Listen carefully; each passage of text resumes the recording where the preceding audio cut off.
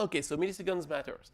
You may have seen that motto on Algolia shirts or on the website. We often say milliseconds matters. It's important. And if you look at the documentations of Algolia, the specs, we consider that a query is slow when it takes more than 50 milliseconds. Okay, and a usual query is supposed to run in few milliseconds. So that's an important aspect of our search engine, and we want it to be true. So it really matters. It's not just marketing. It's a real stuff that we push behind. So why? First of all, we want search to be reactive. Okay, when you enter your search on a website, we're in 2018. We don't want to wait. Okay, that's the normal stuff. Okay, if you don't get a slow networks, too bad. But otherwise, you don't want to wait for the bad reasons. Another point is that we provide search as you type. This means that while you are typing, we do search with what you have typed so far, and each letter you type is a new search query. So that means that it needs to be fast because you are typing fast. Okay, so it needs to be updated because it needs to traverse the networks, needs to arrive on your browser and to be displayed. So we need to answer quick every queries that arrive because it should be part of a search as you type. And the other point is that the data we are searching is bigger and bigger. Okay, we have the use case of data is bigger. It's something that is different. 6 years ago when Algolia started, things were a little bit different. And every years we get, even if we don't have any new customer, which is not the case. We have a lot of new customers regularly, but even on the regular customers, their amount of data is growing. Okay, so and these customers have more and more users that want to search. So basically, we need to support more and more queries over time. So performance is important. Okay, so that's the idea. The default is to be fast. There is no other way. So what happens in the engine? If you really care about the underlying algorithms, there's a very nice series of blog posts on the Algolia's blog that you can read that talks about the try, the data structures, the consensus. So if I redo that here, I will spend my time and the time of the other speaker just to re-explain everything. I will basically focus on the state of the engine when I arrive. That is, we get something that works, something that is big now, something like 250,000 lines of C++, something like that. So pretty big project. And we want it to stay fast and to be faster if it's possible. So first of all, what is the cost of a query? When you get a query, first of all, you get all the part that is not on our side. Well, not completely. Okay, you're on your browser, you type your query. First of all, you will request an access to an Algolia server, so there is a DNS request. Okay, then you get all the networks exchange. It's probably using SSL. If it's not, it's a problem. Okay, so you get also key exchange for the SSL part. Okay, then you get your networks. Then it hits an HTTP server. In our case, it's an Nginx. And finally, we get to the point where we get the query and we need to answer it. So most of our job in the search engine is on that part, the query execution. And then after that, we need to build the result and send it back. We all already pay a lot during the part that are not emphasis here, that is the networks, the SSL part, which means that the remaining amount of time for the query is pretty short. And that's why I said that we get basically a timeout at 50 milliseconds. This means that a query is too long when we hit 50 milliseconds. So we stop gathering results at that point. And if we get no results, there's a problem. Okay. So now that you have some context, what are our problems? So we want to improve performance. Okay. That's the basic stuff that any software engineer wants to do. Okay, you write code and you want it to be fast, and then you want it to be faster as much as possible. Of course, you want it to be clean, you want it to be correct and stuff like that, but performances is something that you want to improve. But that's not enough. In fact, we are in a state that we get an engine that works. Now we got it for not exactly 6 years, but almost 6 years. We introduce a lot of stuff inside, but it works pretty well. The idea is that we add new features. And when adding new features, these new features should go fast too. Okay? So we need to be sure that any new code is as fast as the previous one. And we also need to be sure that we don't break the other codes. That's something that's easy to happen. Okay? You add just another option. It's just a branch in the endpoint handling. Okay, it looks teeny and simple, but the test is not that free. And even if it's just one case out of thousands, the test is run each time a query arrives, and you degrade your performances. So we need to be sure that anything that we add doesn't break anything. And of course, it's a big project. We need to do bug fixes. We need to do refactor. We need to tackle technical depths and stuff like that. And anytime we modify something, we need to be sure that it's run as fast as before. And if it's run faster, that's better. Okay, so that's why we started to implement non-regressions. One of the things when I talked about the cost of a queries is that we cannot just say, okay, I will put some probes or try to see, since we have for most of our customers, we have they use our API clients. We can say, okay, we can have something that sends statistics for us. If the customers agree with that, we can have some stats. But is that not enough? We don't know if we take just the time for the query to execute on the client side. We don't know if that time is due to the networks, if it's due to the domain request, if it's due to the SSL, if it's due to our side. So that's not enough. So what we want to do is something that is, for us, able to tell us where are our perf, and can we do something about that or not? Okay, so what are the issues? So first of all, what can we measure? So as I said, it can be inside the engine, it can be at a lot of places, and we also have to somehow handle the timeouts, because normally on a standard request, standard queries, we have timeouts, and here probably we want to remove the timeouts for performance measurements. We also have problems with times. So anybody that have played a little bit with clocks on operating systems know that there is no such clock as a correct clock. Okay, any clock has issues. So you get some that are respecting the real time. Okay, so it's accurate with the time zone, if it's the case. It's not always the case, but okay. You get some that are just counting the numbers of ticks since the start of the system, which is the one you want, probably. You get also clocks that have cost because it requires a system call. Some others doesn't require system calls. So you get a lot of things that you need to look at, and especially you need also to be sure that the accuracy is enough.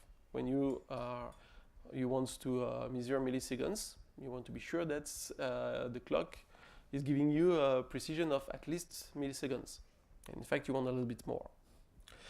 And then you get all the troubles around IOs, networkings, multithreadings, and stuff like that. Because anytime if you just add multithreadings to a project without any interaction with the outside worlds, just the scheduling part of the multithreading, it will completely break your benchmark because you are not sure of what happens. So that's another problem. And finally, the last one, which is basically the hardest one, in fact, is what are the data we can use for that. The trouble is that the queries we run are not our queries. The data on which the query runs are not our data. That are the data of our customers, even if most of them are public in the sense that that's the content of websites. we cannot just say, okay, I take the index of that customers, it looks nice, it's big, and they got a lot of queries, I will record their queries and play with that. Even without the GDPR, we don't want to do that. And probably our customers don't want to do that, and you probably don't want that company like us do that. Okay, so we cannot just pick the data out of customers to play with it. So we basically need to generate it, which is the part of the story. Okay, so that's the problems, and we get also some constraints. And the fact for that tool to be, that regressions tools to be interesting and efficient, what we need is to be integrated in the continuous integrations test suite. So basically, anytime you push some commits on our depot, you get some test that runs and give you some performances test. So that was our goal, and that's almost what happens actually. So it doesn't reject your code yet, because it still gets some tests that are not perfect, but that's what we want. So we need, for that to work, it needs to be fully automated. It needs to be reproducible. That means that any runs with the same code will produce the same kinds of output in tons of times, which is pretty difficult to obtain. If you play with benchmark, you probably know that. It needs to be accurate, of course. And we want it to cover as most as possible. Okay, so how can we do that? So as I said, I won't go deep in the code, and it's not public code, so anyway. So the first things we've done is to basically break everything. So extract the parts that run the queries out of the engine. So we get out of Nginx, get out of all the threading stuff, all the networks, just gets the part that take your queries, run it, output the results. So in order to do that, it seems simple, but in fact we need to refactor a lot of stuff. We need to be sure that we have just a piece of code that do the job, and not something else in between. So it's really a separated part from the code. The idea is that if it's just a separated part, that is, I take the code outside, copy it to another repo, it's not what I want, because I will testing the same code on and on again. The idea is that the code must be architectured in a way that the query execution part can be used outside of the rest of the project. So that is not completely easy to do sometimes. We need to add the relevant timer. So for the records, I put timers everywhere. So as I said in the second part, we use the monotonic clock provided by the POSIX systems, which we are happy to find out that in C++ and modern C++, that clock is used inside the chrono library. So we don't need to have the wrapper. And I measure every query. So I run a lot of queries, and inside that benchmarking tools, any steps of the queries is measured with a precise clock. So we are able to see for each kind of queries which one is slower than another. If we get several runs, we are able to remove outliers, because you don't want to run each query once. You want to run it several times to be sure that the value you obtain is the real time for that queries. So since we split the code, we don't have any more IOs, so we still have IOs, in fact, because the index is in file. So we need to load that file. But we just have the first load, a little bit play with memory to be sure that it's in memory, and then that's it. No networks, no threadings, and in fact I just discard the result because I don't care about the result, I just care about the time. And for the rest, we generate the dataset. So we take some models to generate indexes, and out of these indexes, we generate queries that provide relevant results on these indexes. Okay, so I don't have numbers because it's not really interesting. But I talked about, I think time is running also, about the results we obtain. One of the side effects of we get now tools that run inside the CI. So anytime you push some codes on the Algolia engine, so anytime search engine a search engine engineer, name that, puts some code, it goes through the test, and we are able to detect any regressions. It's interesting because we also now have the tools to test hardware. I don't know if you follow how Algolia works, but we get basically 1,800 servers that we run, where we run our engine. It's groups by clusters of 3 servers that handles groups of indices. So it's our own servers. We normally have the same hardware everywhere, or at least we try to be as homogeneous as possible.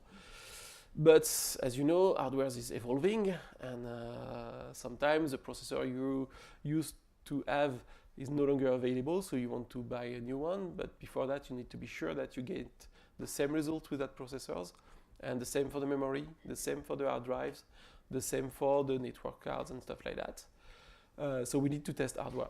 So we are currently running tests on a lot of new hardwares using the tools we built for the regressions. So not only we get regression tools, but we also get our hardware tools. Once also you get that kind of stuff, you are able to use some other tools to track down stuff on your code. For example, you can use perf. So I don't know if you know Linux perf. So it's a tool that basically grab performance counter from the operating system, which are basically also performance counter from the hardware. And out of that, you are able to get statistics or recording of events inside your code, and you are able to link these events with your code. So basically with that, you're able to find out hotspot in your code. That is the piece of code that is executed the most of the time, without the cost of coverage tools or any kind of tool that usually we use extended codes in order to detect that kind of stuff. Here with perf, you can run it on any binaries, provide your kernel, provide the performance counters, of course, and you have the right to access it. But once you get that, you're able to connect events, performance events, and your codes. So of course it will be connected to your low-level codes. So if you don't have any symbols in your binary, you will just have assembly code. Well, that's okay for some of us.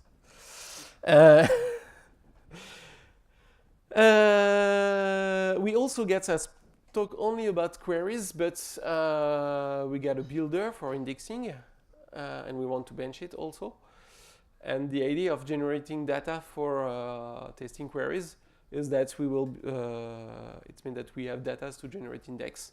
So we use these tools to also generate, benchmark the builder. So far, it's not the most accurate one because it's we don't have as much work to do for the builders as we get for the queries, because with a tiny index, you're able to run thousands of queries. But if it's a tiny index, the builder will go fast and you won't have accurate results. And we also, that's a little bit more tricky, but by building and separating codes, we identify problems in our code base. So technical depths mainly, especially in the query executor and the way we get the parameters of the query.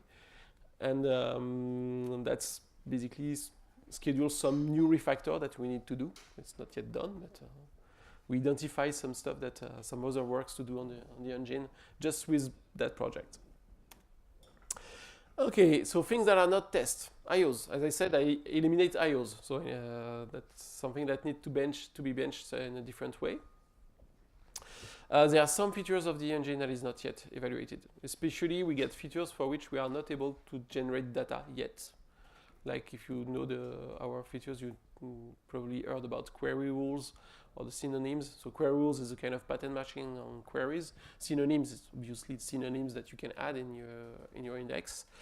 It's a little bit more difficult to generate rules because it's structured data, and synonyms because the synonyms need to be relevant with regard to the data inside the index. So it's not yet generated. We also got the whole indexing pipeline. So if you have already seen presentations about the Algolia, we got several steps with consensus between the servers inside clusters. And so that's in parts that need to be evaluated too. And it's a little bit more tricky because evaluating performances of distributed software is not that easy. And our next steps on that part is live performance and observability. That is basically be sure that we are able to detect performance issue on running projects. So quickly, the last stuff, because I still want to show codes. Is it readable? Yeah. Because I said that it's a developer journey. Okay, so that's the things we are living with. So let's just take a. So I can't show you a big piece of code of what we really do. So I just pick some piece of C++, and I play a little bit with what can happen with C++. So basically, I get this nice little useless loop that generates a vector containing integer in form of strings. Okay, so it's a vector of strings, and each of these strings represents the index of the current cells. So it's a completely useless stuff. And what I do is basically how you can write it out of the box. You arrive, you make your loop, so you have a loop from 0 to some size. You create your string variables, convert the integer to a strings, and push it back to the vector. Looks okay. But as I prefer shorter codes, I wrote another versions by removing the variables and then run some tests. The move one, I will explain it later because it helps to understand what happens. And when you look at the difference of time between copy and move two, you can see that we get 8% difference of speeds. So you remove the variables and you get 8%. Or if you think that adding a variable is clearer, you add your variables and lose 8%. So that's the nice stuff of C++. So, and that's the kind of stuff that you need to face when you are developing in such a programming language. So I will give you the answer, why it's slower or why it's faster. So I don't know if you know C++ a little bit. How many people know C++ here? Okay, good. In C++ we get a stuff called the move semantic. Move means that rather than copying, we try to just move the parts that doesn't need to be preserved. Okay. So here what happens is that it's a move. That's why I have another version here with a move explicit. A move means that we don't copy the text of the string. We just copy the outer part that just say the memory is here and the length is that, and we don't copy the strings. In that versions, here S is a traditional left value, that is the variables. Okay, so it can't be moved. And here it's a plain copy. And the cost of the plain copy, repeated to power 24 times, is 8%. And that's the kind of stuff that you have to face when you implement a search engine is a low-level programming language. Okay, thank you.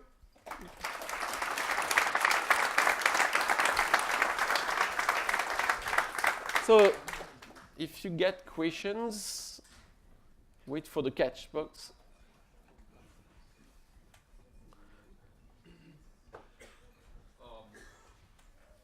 I don't know if this is on. Does it work? Hello, hello. Okay. So for the data you're generating. Maybe I'll just ask the question. For the data you're generating to drive your benchmarks, how are you? What do you do to gain confidence that the generated data is actually corresponds to what your customers? It's close enough to your customers' workloads that it's useful to you. So we basically take a different approach because the generator of data was used also for the traditional test of the code. So we want something that generates almost all use cases. So we use basic stuff to generate strings because it's text, and then we structure it we have a relatively flat model. So we add some random fields and then random content in the fields and reproduce the schema of each of these records all along in each indices. So it's not the perfect generations, but at least when we test through the coverage, it goes through all parts of the engine. So that's not the best data generator, but it was available. Okay, I think we might be out of time for questions. I'm sorry, but That was too long. thank you so much, Marwan. That was great. Round of applause.